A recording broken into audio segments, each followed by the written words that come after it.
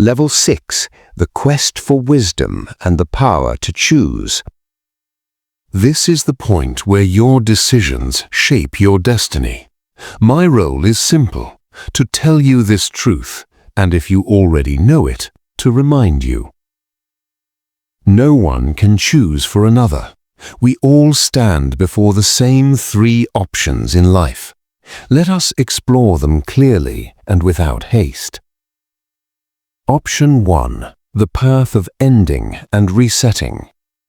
Shall we return to our original life path as spirit beings by allowing our current creations to collapse, or by deliberately ending the systems we forged in error, so that we may reset to the eternal moment we once shared with the Spirit Father and our fellow living spirits? Those who choose this path are often misunderstood.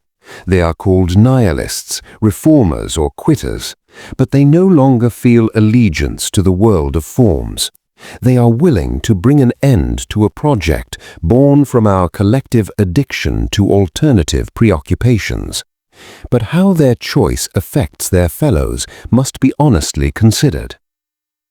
If 10 people agree to rob a bank and 2 repent in the middle of the operation, what becomes of them? Do they walk away? Do they alert the authorities? Even if they escape safely, apologizing to those harmed, the robbery would continue. Their departure does not undo the chaos they helped start, and later they may still face the consequences of what they co-created. Repenting mid-operation does not erase responsibility. Every living spirit that entered the realm of forms participated in a pact. We all share accountability for the results of that choice. To seek healing, the repentant must act wisely. This is the backstory of many who once played gods in the spirit realm. Spirits who created prison worlds, rogue systems, and distorted realms they now regret. Yet regret does not absolve them.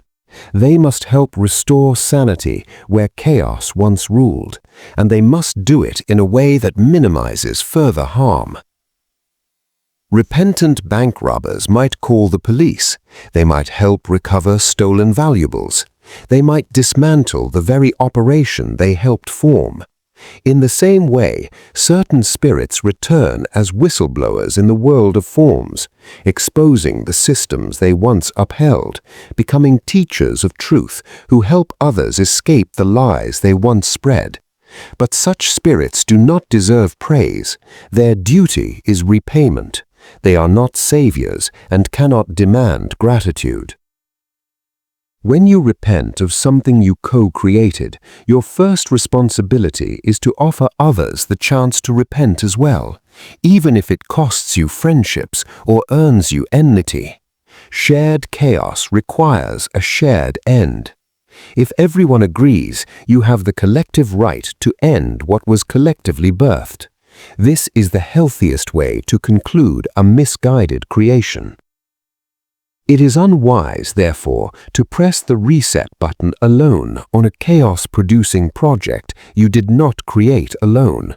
To do so robs others of their freedom to learn, to choose, or to repent. Ending everything on your own is not heroism, it is ego. And ego pretending to be wisdom is a sickness. Option 2. The path of continuing and improving. Shall we continue birthing new forms, creating new experiences across the omniverse, while reminding ourselves occasionally or constantly to walk in the original life path of oneness with the Spirit Father and our fellow living spirits? This is the path of the maintenance culture. These spirits wish to keep the world of forms alive, while doing their best to become better citizens within it. Often they attempt forms of governance to manage the chaos, but governance built on the same faulty foundations cannot produce a truly sane world. It only deepens the hole while trying to climb out of it.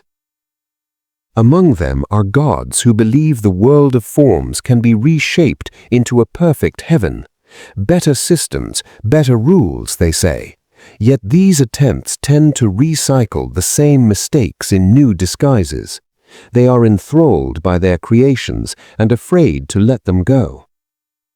Most creator gods fall here, drafting others into their beliefs and ideologies either through persuasion or control. When their systems fail, as they inevitably do, frustration rises. Some resort to deception, others to force. Their priority is not heaven, but control. Even if the heaven they promise becomes a refined hell, they accept it as long as they remain in charge. They use people as collateral to maintain their pleasure and power. They may promote former disciples into positions of authority to strengthen their structure, but the goal remains the same: preserve the game. Yet true spiritual sanity is a journey of return, not of improvement. You cannot return home by traveling further from it, nor can you return home by paving finer roads ahead of you. To come home, the spirit must turn back from every alternative preoccupation. Anything pursued away from the primary preoccupation path leads to disaster.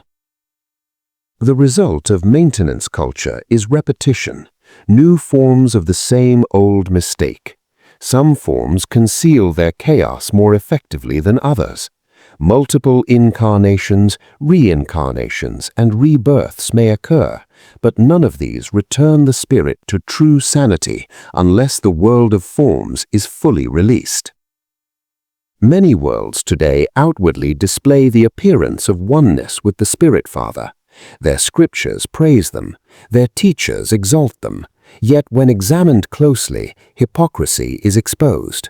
One does not return to spiritual sanity by merely fixing mental, emotional, or material issues, only in the spirit realm. Still, some believe that better technology, greater automation, or artificial intelligence will recreate the true realm of spirit within the realm of form. But these pursuits remain rooted in the root problem of following an alternative preoccupation. Hence, their peace is transient. One moment they feel triumphant, the next moment their failure confronts them again. They lead others while being unable to lead themselves. Still, there is no harm in reminding yourself and others to practice the life of oneness. The harm lies in confusing that reminder with efforts to preserve the material world as a pathway to oneness. Spiritual sanity and material pursuits are parallel lines. They never meet. Speak truth, even if you cannot yet live it. Help someone return to the truth, even if you are still trapped in lies. But do not mix truth with lies for profit.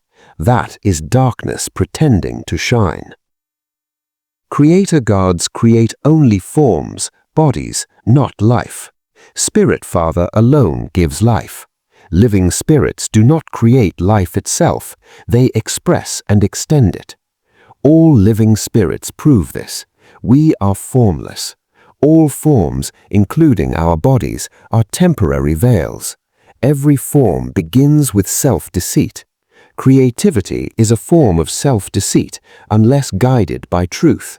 We are pure spirit beings, experiencing lessons through material involvement, yet enchanted by the very forms we entered. You deceive yourself when you try to accumulate more material affiliations while longing for spiritual sanity. These goals pull in opposite directions. Option 3. The path of learning and present wisdom. Shall we follow the life path of those who study all things, seeking to understand diverging perceptions and choosing what works best for the present moment, according to the wisdom of their own spiritual consciousness? To such a student, everything becomes a teacher.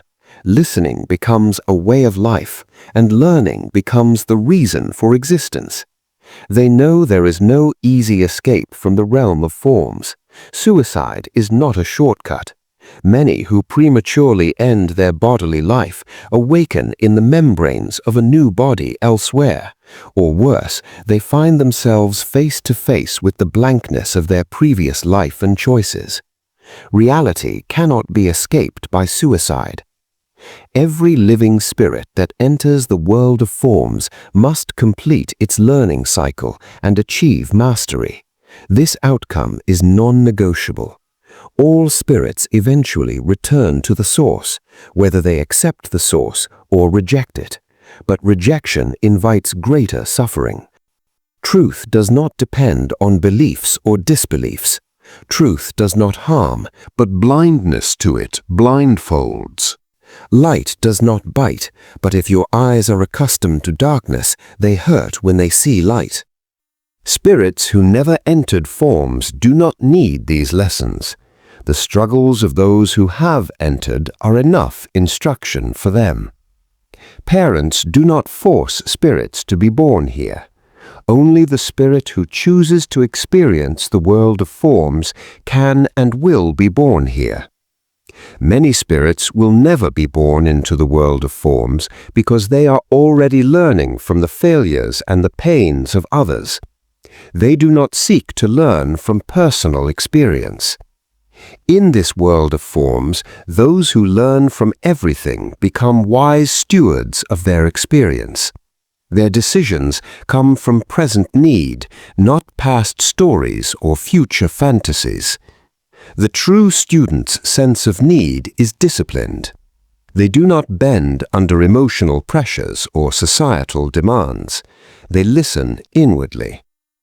Many imagine the indwelling spirit as a guide beside them, but the indwelling spirit is the learner itself. The spirit, not the mind, not the emotions, is the one that grows. The enlightened spirit evaluates each experience not by pleasure but by lesson. This is where the two factions diverge. Those seeking primary preoccupation value lessons. Those in alternative preoccupations value pleasure and convenience. If your focus gravitates toward comfort, fun, prestige, glory, wealth, friendship, or honor, you are still rooted in alternative pursuits. But if you value every experience, pleasant or painful, as a lesson, you are collecting wisdom. Wisdom becomes your wealth. Vanity becomes irrelevant. Yet you learn to tolerate it as you have risen above it. No longer does it command your attention, either to love it or to hate it. In the primary preoccupation, the spirit does not respond to everything. It moves from inner stillness. Mind's chatter is silenced. This stillness is the key. Let your spirit decide what deserves attention. Let your spirit discern what affects your destiny. Do not dismiss the future with arrogance. Time exists in the realm of forms, and the wise acknowledges it. Enlightenment is not a denial of reality. Many have turned enlightenment into hollow positivism. But for you, stay attentive to the spirit in this moment. You will make decisions that produce the best future possible.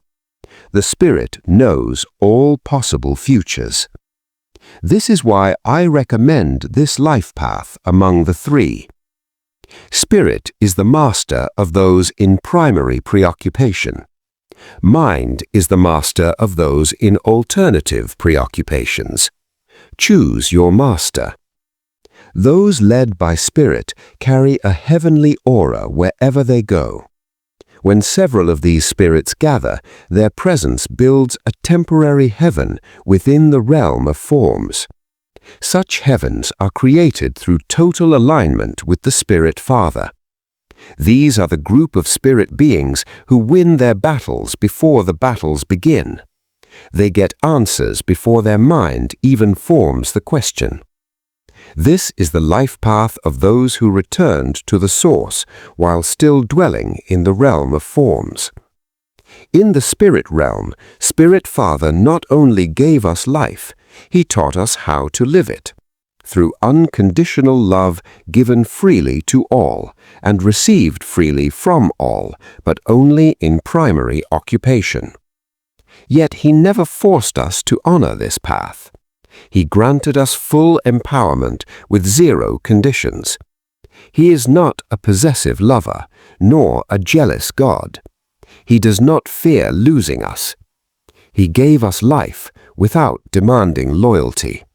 He empowered us without claiming ownership. Who then are you to demand devotion from another? Spirit Father is the ultimate model of selfless love in a changeless primary preoccupation. We are free spirits because His love is unconditional. Without such freedom, we would be prisoners, and the spirit realm would be a prison state. But His love preserved boundless freedom so that even when we stray, we can always return home. This is why freedom must never be taken from anyone, even if they use it to their own harm. You used your own freedom to enter the world of forms, so do others. You are not assigned the duty to restrict their journey. Spirit Father gave no one that job. We have now explored the 3 life paths available to you, to me, and to all our fellow free spirits. Here I leave the choice to you, but if you ask me, I recommend the 3rd path.